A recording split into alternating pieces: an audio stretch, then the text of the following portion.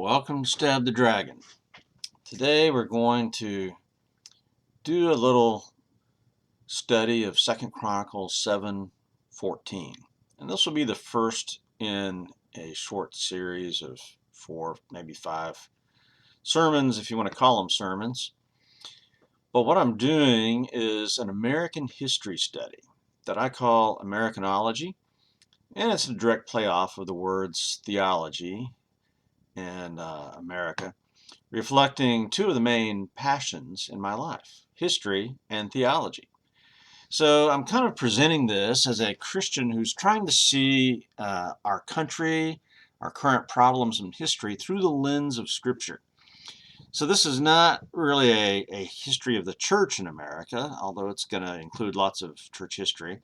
And it's not technically a religious history because I'm not studying just religion. But I'm going to look at the things in America from my religious perspective, okay, from a biblical perspective. So it's going to be a general history that asks maybe some different questions than what we're used to when we study history.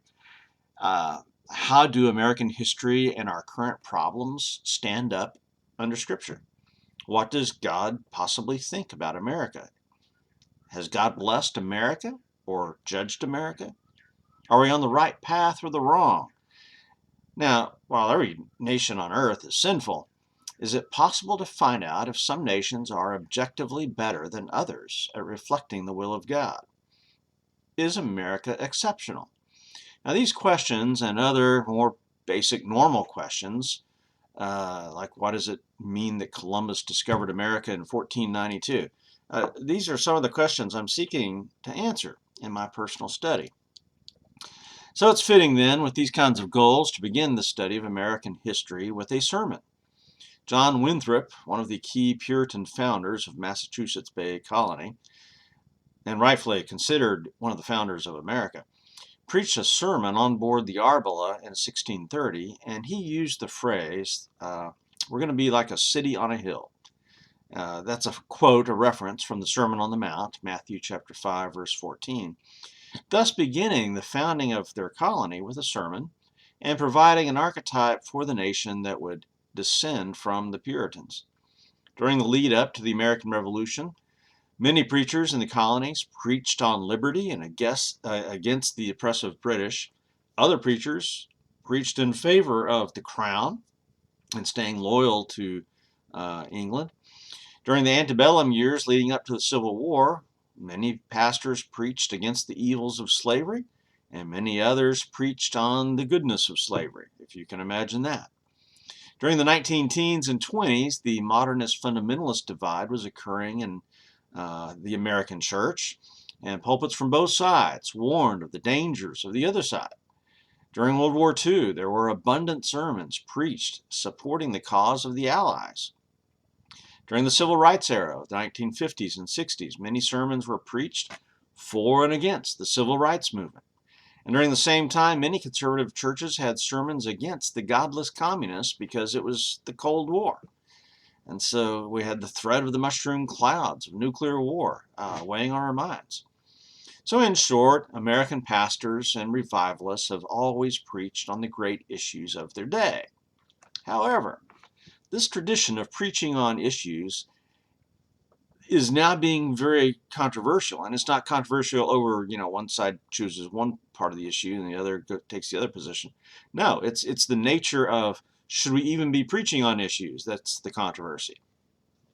Because evangelical denominations today are going through another great divide like they did 100 years ago in the modernist fundamentalist fights. A lot of evangelicals, conservative theologically, are becoming woke, focusing on social justice, race, and politics in a left-leaning way that's causing other evangelicals from the more conservative side to react and counter that the social justice movement is Marxist. Then many other conservative churches have a gospel-centered approach that is essentially a gospel-only approach to preaching that is against the political nature of other conservatives and some other churches. And so they don't want to be woke, but they don't want to be conservative either. They just want to be neutral and just preach the gospel. Uh, but I kind of call into question the ability to actually stay neutral. Being neutral is not really neutral. It's one of the sides in this political jungle, and it's unavoidable. So the church is fragmenting over politics. And really, when I started noticing this was the Trump era. In 2015, the campaign leading up to the election, through Trump's presidency, even now till today, and then the COVID-19 plague that was released into the world by the communist PRC, either by accident or sloppiness at a lab, something. The evangelicals in America have been in this whirlwind of controversy and division over how do you respond to COVID? How do you respond to social justice warriors? There's a lack of clarity, unity, and purpose that has been exposed. The deep cracks in the foundation of evangelicalism are now at a crisis point in the American church. So, from my perspective, there are many pastors and committed laymen who are of sound doctrine and practice, it seems, but who quite simply don't understand American history, the history of Western civilization, or political and economic theory. And they don't want to understand it. They just want to preach the gospel. Well, this younger generation of Gen X and millennials were raised in an anti-patriotic, anti-American culture. Now, that's speaking broadly. I know that there's plenty of patriotic millennials and Gen Xers. My own children are examples of that. But nonetheless, the culture as a whole has shifted. The whole John Wayne movie genre is gone. Okay, so that foundation of patriotism in the entertainment industry when I was a kid, that's gone. Uh, and in the church, the gospel only approach seems to be great at keeping the main thing, but it's not adequate for building and preserving a culture or a civilization. In fact, the very idea of building and preserving a culture is controversial in many conservative churches now. They say we don't have any business doing that. But my question is, shouldn't the gospel be applied to everything, including history, politics, social issues, economics, and the arts? Part of this, of what I'm trying to do in my study of American history here and American culture, is to point out false ideologies and sins. Part of it is to positively try to build a stable society for the glory of God. If you have a bunch of believers who are pursuing Christ, practicing holiness and discipleship, but they have no clue about how to vote or how to pass just laws or provide an economy that is both just and prosperous, then you've got a bunch of heaven-bound people making a mess of things on the earth. And I don't think that's God's intention. This world matters to God, and it should matter to us. The creation mandate to be productive and take dominion is still in effect. The gospel is, however, the beginning point. Studying the issues of the day in American history is hopeless if we don't get the gospel right, because eternity is much more important than what we're doing right now. Politics flows from culture, culture flows from the hearts of people, and the human heart is desperately wicked and in dire need of the gospel. So we must start with the gospel. If the hearts of a nation, a people, are not changed by Christ and the gospel, then that nation is going to stumble and fall. And that pretty much describes what I see in America today. The following sermon or study is my effort at proclaiming the gospel in a way that will enable us to begin studying Americanology. I'll be challenging some of the prevailing false ideologies and sinful practices of our day throughout this study, and this study is going to be wide-ranging and long, many parts to it.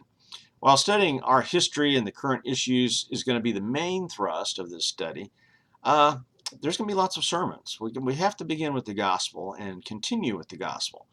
So there's going to be several other studies of the Bible throughout our study of American history. So here's the verse that I'm interested in today.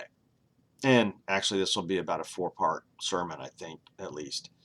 2 Chronicles chapter 7, verse 14.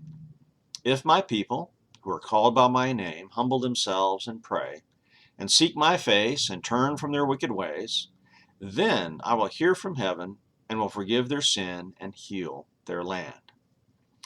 Now, first of all, some background, because it's way too easy for us to cherry pick a favorite verse out of the Bible and then misinterpret and misapply it. When I was a pastor, I preached primarily verse by verse, expositional sermons through books of the Bible from start to finish. And I always gave an introductory sermon where I presented the background to the book and the author. But for my purposes here, I'm going to greatly shorten that background material. He says, as he gets ready to do a 2 or 3 page background study.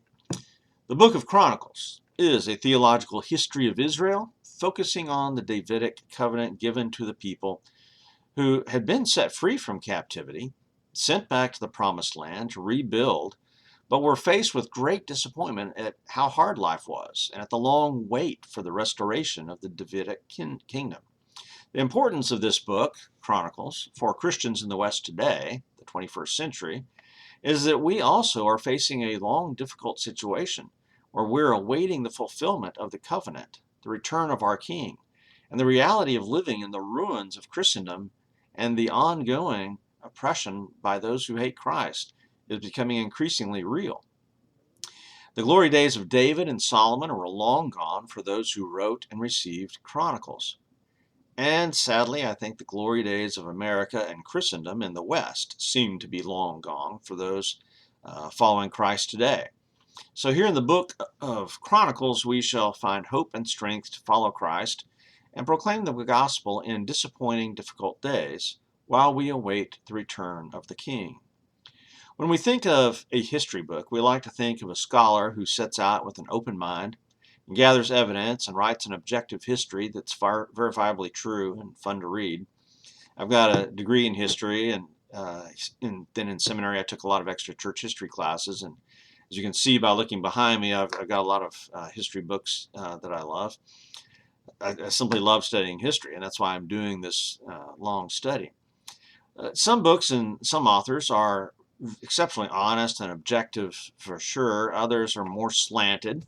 But every author has a hypothesis they want to prove, some points to make, and they write from a certain perspective that may be pretty neutral and fair, and others may be more opinionated and not so neutral. And they deliberately want to make waves and even deliberately falsify or warp history as they write. In our study, in our country's recent past, we have what's called the 1619 Project that seeks to warp and distort the whole of American history to claim that America is a racist nation founded on slavery and that is the overwhelming dynamic in our history and culture. Now that kind of history, it comes from the Marxist school of history, like Howard Zinn's A People's History of the United States. To counter that,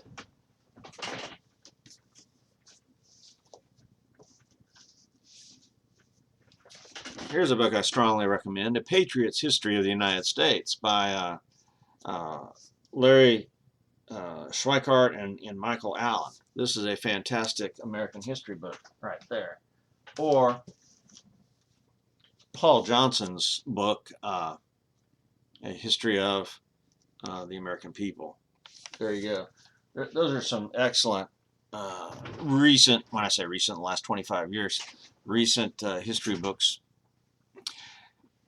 Now, when we're talking about Book of Chronicles and saying it's a history book, of course, what we mean is that it's factual and historically accurate as part of God's inerrant word. We also mean that it's history with a theological purpose, written with certain themes in mind to minister to God's people during a particular time. So it is more than history. It's theological history. The author is not just putting objective facts out there and letting his readers come to their own conclusions. He's guiding them to a certain point. So, and really, he's preaching it to his people, communicating history with a view of understanding what God has been doing and what they are called to do in response. And given the placement of Chronicles as the last book in the Hebrew Bible, and how the book begins with Adam and how it ends with the proclamation by Cyrus that sent the Jews back to Jerusalem out of captivity, we can see that the book of Chronicles is really a summary work that reviews the whole history of God's dealings with Israel, and then it focuses on the Davidic kingdom. that gives an importance to the work that we might miss if we treat it as just the things that were left out of Samuel and Kings. And that sounds a lot like what I'm attempting to do with my study of history. So Chronicles is more than a simple history, and so is Americanology, my study of American history here. This is history with a definite theological point to it, so perhaps theological history might best describe it. It's a record of what God was doing with Israel and Judah in Chronicles, and I hope to see what God has been doing in American history as well. Now with Chronicles, there's the element of the miraculous that is there from start to finish. Miracles are something that most historians don't want to get involved with. This sets us outside the mainstream of history, right?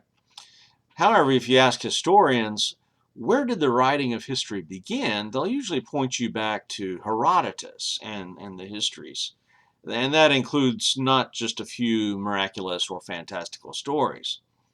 Now, Richard Pratt writes, in Chronicles, history and theology are so thoroughly interdependent that it's impossible to justify suggesting that one had priority over the other for the author.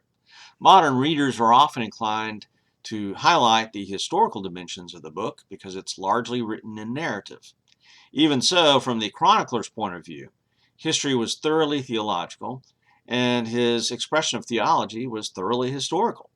The chronicler's use of many sources includes that he did not fabricate his reports, but strongly desired to convey a new account of Israel's past. And that's Richard Pratt from his commentary on 1st and 2nd Chronicles, published by Crossway.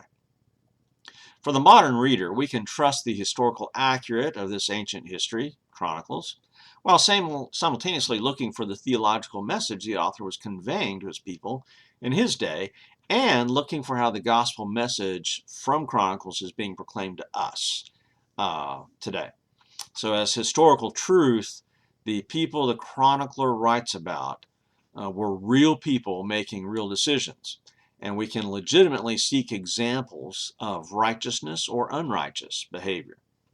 As Christians, we can take these examples and filter it through the lens of the New Testament and apply it to our lives for both practical benefit and godly sanctification. So Chronicles reveals God's actions and character in history and points us to Christ. Now there's some technical questions here, like who wrote Chronicles? There's no author given in the text. It's not signed by anybody. So any name we come up with will be hypothetical. Nonetheless, there are some good indications that may point us in the correct direction. The Jewish tradition, I've got to tell you, is that Ezra the scribe wrote Ezra, Nehemiah, and Chronicles. So this is a very good hypothesis to begin with in our search for an author. And personally, I like traditions like this. Legends, myths, traditions, they're not necessarily scientific, are weighted heavily in my understanding. But we should also allow the science of source criticism, textual criticism, archaeology, and history to contribute to the cause. There are good reasons for supporting the unity of authorship of Ezra, Nehemiah, and Chronicles, but conversely, there are also good reasons for saying they had different authors. So scholars are, in fact, divided on the issue. So while we may not be able to prove conclusively who the author of Chronicles is, I think we can agree to simply call him the chronicler while we look at the evidence. Well, when was it written? Again, there's no date affixed to the book, but we can see clues, and then we can ask the question, what else was going on in the world at the time? The structure of the book covers, after the genealogy in chapters 1 through 9, covers the time period from the death of King Saul, about 1010 BC, perhaps, to the decree by Cyrus in 539 BC. So it's roughly 470 years.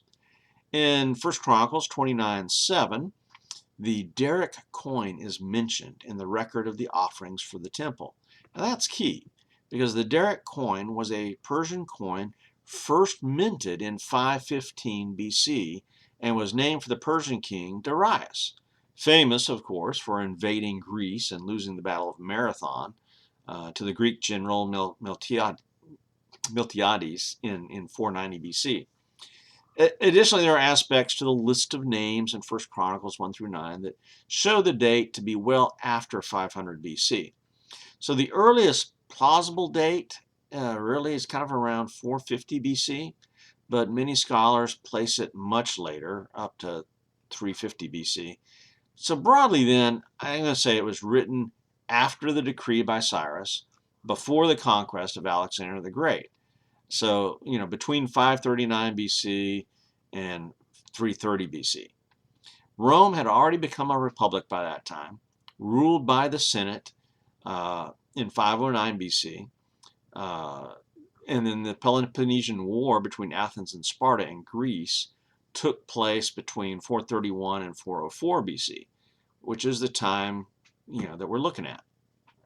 So this is also during the height of the ancient Mayan civilization in what is today Central America.